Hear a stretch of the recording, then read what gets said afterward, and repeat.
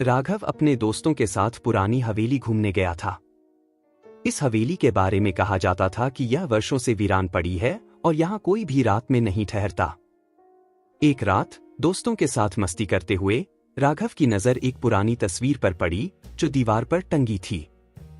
तस्वीर में एक महिला थी जिसकी आंखें इतनी गहरी और भयानक थीं कि राघव को एक पल के लिए ठिठकना पड़ा। क्या तुम देख रहे हो? उसने अपने दोस्तों से पूछा। पर किसी और को तस्वीर में कुछ असामान्य नहीं लगा। सभी ने उसे नजरअंदाज कर दिया और मस्ती में जुट गए। रात गहराने लगी और सभी सोने चले गए, लेकिन राघव को नींद नहीं आई। तस्वीर की आंखें उसे लगातार महसूस हो रही थीं, जैसे वो उसे देख रही हो। अचानक उसे लगा कि कमरे में कोई और भी है। उसने चारों ओर देखा पर कोई नहीं था। उसकी धड़कन तेज हो गई। तभी उसे दरवाजे के पास हल्की सी आहट सुनाई दी। डरते हुए उसने दरवाजे की ओर देखा तो वह खुलने लगा। दरवाजे के पीछे वही महिला खड़ी थी जो तस्वीर में थी। उसकी आंखें अब और भी भयानक हो गई थीं और वो धीरे धीरे राघव की ओर बढ़ रही थी।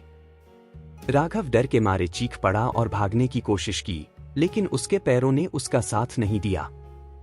महिला ने धीरे धीरे उसकी ओर अपना हाथ बढ़ाया। तुमने मेरी तस्वीर क्यों देखी? वह फुसफुसाई। उसकी आवाज जैसे कानों में गूंज रही थी। राघव का दिल बेतहाशा धड़क रहा था।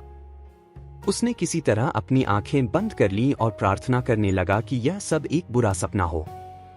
पर जब उसने आंखें खोलीं, तो वह महिला बिल्कुल उसके सामने खड़ी थी, उसकी आंखों में सीधा देखते हुए।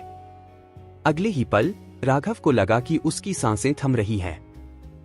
उसकी आंखों के सामने अंधेरा छा गया और फिर सब कुछ शांत हो गया।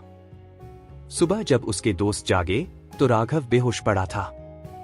किसी को समझ नहीं आया कि रात में क्या हुआ था, लेकिन जब उन्होंने दीवार की ओर देखा तो तस्वीर में वह महिला गायब थी।